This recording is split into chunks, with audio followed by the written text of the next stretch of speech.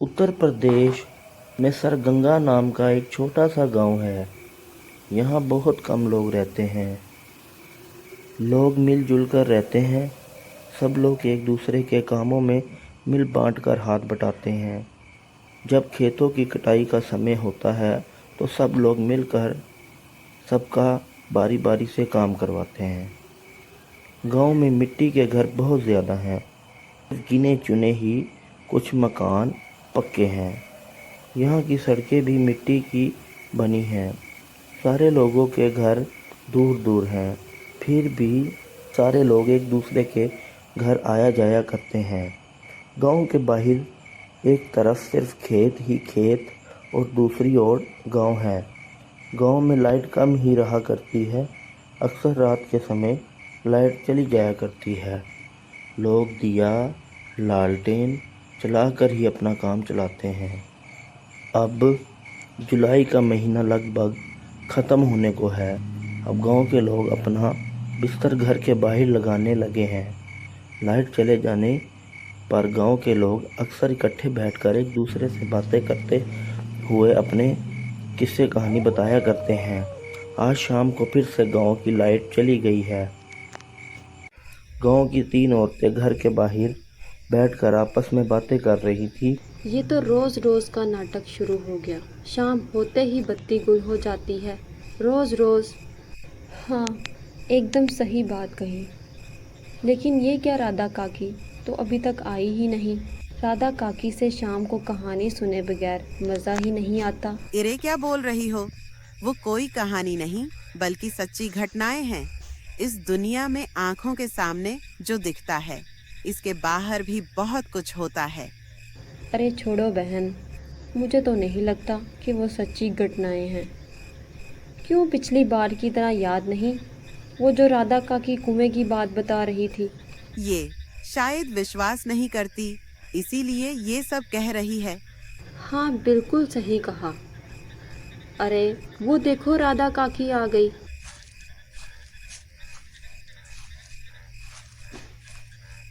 क्या हाल है? कैसी हो सब? बैठे बैठे आपकी ही बातें कर रही थी हम। आज फिर बत्ती गुल हो गई। हम तो सोच रही थी शायद आप आज नहीं आओगी। आप नहीं आती तो हमारी गपशप भी अधूरी लगती है। मैं तुम लोगों से उम्र में बड़ी हो सकती हूँ, लेकिन तुम्हारे जैसी जवान औरतों में बैठकर गपशप करने का मज़ा ही अलग है। बूढ़ी औरतों के साथ बैठकर दूसरों की बुराई करना ये मुझे बिल्कुल नहीं भाता। सच में काकी, आप जो घटना सुनाती हो, ये सुन उकर तो किसी को भी डर लगने लग जाएगा। तुम लोग शायद सोचती होगी मैं जो तुम लोगों को घटनाएं सुनाती हूँ वो सब झूठी हैं, पर ऐसा बिल्कुल नहीं है। मैं जो तुम लोगों को घटनाएं सुनाती हूँ वो सब सच्ची हैं। तो राधा काकी, आज अपने जीवन की कौन सी घटना सुनाओगी? अच्छा काकी, आपने सामने से भूत देखा है कभी? चलो आज मैं अपने जीवन में हुई एक घटना के बारे में बताती हूँ। उस समय की बात है जब मैं जवान हुआ करती थी। ये गर्मी के मौसम में बारिश की वो रात है जब मैं अपनी दोस्त के यहाँ घूमने गई थी। दोस्त के घर से वापसी पर रास्ते में ज़ोरदार बारिश होने लगी और शाम होने पर अंधेरा छा गया।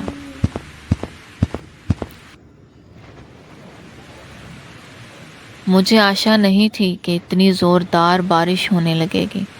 बारिश बहुत तेज़ थी। मेरे पैरों के नीचे की मिट्टी बहुत गीली हो चुकी थी। पैर आगे ही नहीं बढ़ पा रहे थे, मिट्टी में धंसे जा रहे थे। मैंने एक दूसरे पत्थर वाले रास्ते से आगे बढ़ने का सोचा, लेकिन वो वाला रास्ता थोड़ा जंगल से होकर गुजरता था और इस गीली मिट्टी वाले रास्ते से घर तक नहीं पहुंचा जा सकता था। तो मैंने पत्थर वाले रास्ते से ही चलना ठीक समझा। मैंने आगे बढ़ना शुरू किया। बारिश लगने की वजह से अंधेरा छा गया था। रास्ते पर केवल बारिश की आवाज़ और चारों तरफ खामोशी छाई हुई थी। रास्ता बिल्कुल सुनसान हो गया था। कुछ जंगली जानवरों की आवाज़ें आ रही थीं। वो रास्ते को और भयानक बना रही थी। पर ये गांव में तो अक्सर होता ही रहता है, इसमें कोई बड़ी बात नहीं। बारिश अब बहुत ज़्यादा बढ़ चुकी थी। मैंने कोई जगह देख के रुकने का फैसला किया। सामने मुझे एक पुराने घास की झोंपड़ी दिखी।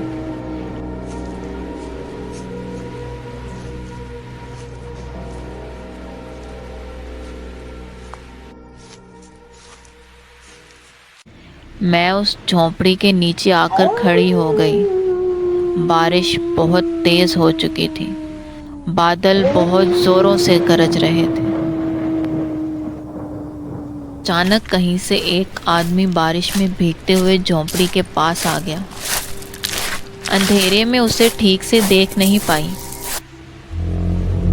अरे साहब, आप तो पूरी तरह भीग गए हैं। अरे बोलिए मत, इस बारिश में तो निकलना ही ठीक नहीं रहा। बुरा हाल हो गया है मेरा।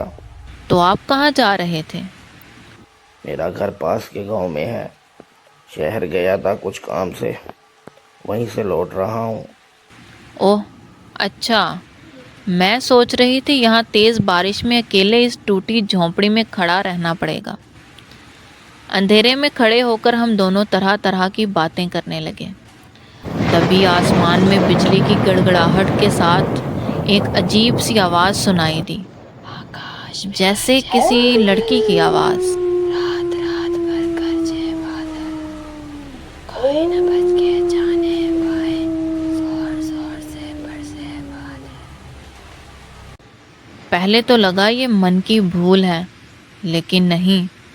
लगातार बारिश की आवाज़ के साथ वो आवाज़ पूरे मैदान में गूंजती हुई महसूस हो रही थी। रात रात भर गरजे बादल, कोई न बच के जाने पाए, जोर जोर से बरसे बादल। कोई आवाज़ सुनी आपने? क्या आपने भी सुना? मुझे लगा ये मेरे मन का वहम है। नहीं, ये वहम नहीं है। अच्छे से सुनिए। जैसे कोई लड़की हो। कोई लड़की शायद खेलते हुए इधर आ गई होगी। बारिश के कारण लौट नहीं पा रही है। हाँ बिल्कुल, जैसे कुछ कह रही है। क्या कह रही है बताइए? हम दोनों ने कुछ समय तक कान लगाकर सुना। इस दौरान लड़की की आवाज़ काफ़ी ज़ोर से गूंजने लगी थी। बारिश की बूंद की आवाज़ को पार करते हुए अब मैं भी साफ साफ सुन पा रही थी।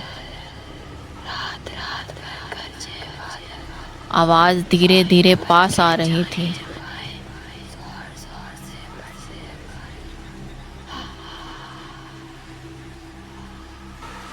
वो आदमी थोड़ा बेचैन हो गया। एक बार जाकर देखते हैं, शायद कोई खतरे में ना हो।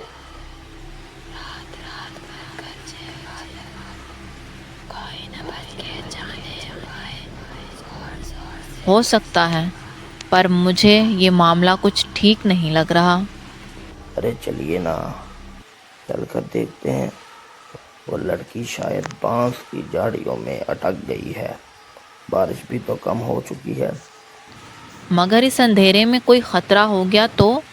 अरे क्या होगा, जाकर ही देखते हैं।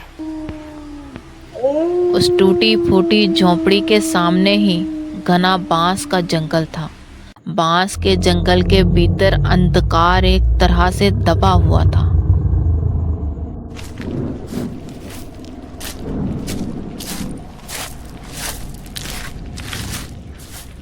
मुझे कहना नहीं चाहिए, मुझे बिल्कुल भी सिरन महसूस नहीं हुई। बांस की ओर में ध्यान देकर मैंने धीरे धीरे कदम बढ़ाना शुरू किया। बारिश की बूंदें तेज धार वाले चाकू की तरह लग रही थी। बांस के गहरे जंगल में आंखें ज्यादा दूर तक देख नहीं पा रही थीं। देखिए, इधर से आ रही है ये आवाज़। लड़की की आवाज़ पास आ गई है। चलिए आगे बढ़ते हैं। आकाश को चीरते हुए बिजली चमकी।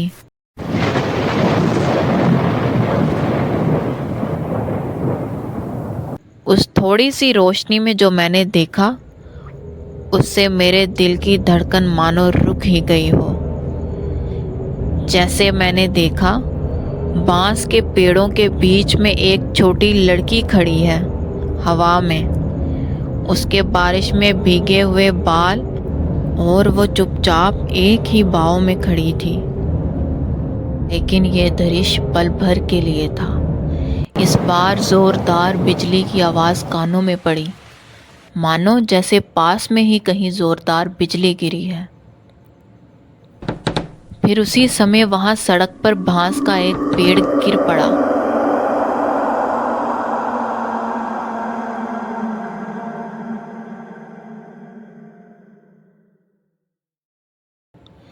मैं डिडक कर खड़ी रह गई। एक कविता की आवाज मेरी ओर धीरे धीरे करीब आने लगी।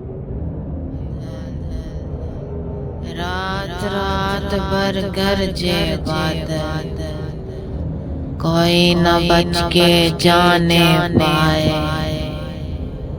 जोर जोर से बरसे बादल। क्या आपने नहीं देखा वो छाया की तरह का रूप? छाया? किस तरह की छाया? वो अंधेरे में खड़ा था, आपने नहीं देखा? अरे क्या बोल रही है? आप चलें आगे, वो लड़की आसपास ही होगी। इतना कहकर वो आदमी छलांग मारकर सामने वाले बांस के पेड़ को पार करते हुए दूसरी ओर जा खड़ा हुआ। अरे क्या सोच रही हैं? आप आइए ना। अरे खड़ी क्यों हैं? सिर्फ एक बांस ही तो है, आ जाइए ना। मैंने बांस के पेड़ को पार करने के लिए 2 कदम बढ़ाए, लेकिन अचानक एक बात याद आ गई और मैं टिटक गई। मेरे दिल की धड़कन और तेज हो गई। आदमी गहरी आवाज में चिल्लाया, आप कहाँ जा रही हैं? इधर आइए ना, लड़की खतरे में है। मैंने धीरे धीरे कदम पीछे हटाने शुरू किए। मेरे दिमाग में खतरे की घंटी बजने लगी। मेरे मन ने कहा, यहाँ एक पल भी ठहरना ठीक नहीं है। डर के मारे मैंने कुछ कदम पीछे हटाते हुए भागने की कोशिश की। तभी अचानक आकाश में बिजली चमकी। मैंने देखा वो आदमी टूटा हुआ बांस के पेड़ पर बैठा है। मुझे डरते देख आदमी अपने असली रूप में आ गया।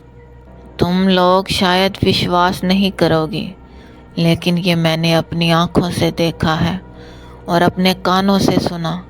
उस भयानक हंसी से मैं कांप रही थी और उसकी आवाज़ से वही गुनगुनाने की आवाज़ आ रही थी, अजीब तरीके से। वही पुरानी कविता गा रहा था। आकाश में गरजे बादल, रात रात भर गरजे बादल, कोई न बच के जाने पाए। जोर जोर से बरसे बादल। उसके बाद मैं वहाँ ज़्यादा देर तक खड़ी नहीं रह पाई। बारिश में भीगते हुए मैं वहाँ से भाग गई।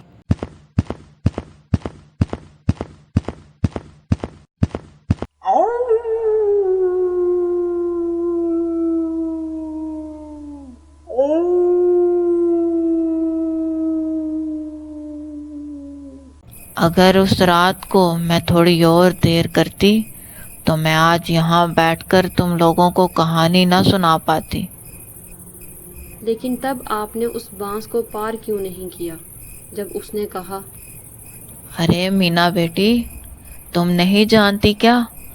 रात में बांस के झुरमुट के बीच अगर रास्ते में कोई बांस गिरा हो तो उसे पार नहीं करना चाहिए। रात के समय बांस के झुरमुट में रहना बिल्कुल भी अच्छा नहीं होता। बांस के जंगलों में क्या होता है जानते हो? बांस के पेड़ का भूत रास्ते में बांस को फेंककर यात्री को संकेत देते हैं। अगर कोई गलती से उस बांस को पार कर ले तो बस फिर सब खत्म। पूरी रात बांस के जंगल में घूमते हुए मर जाएगा, लेकिन लौट नहीं सकेगा। बांस के पेड़ का भूत उसे बांस के जंगल में बांध लेगा।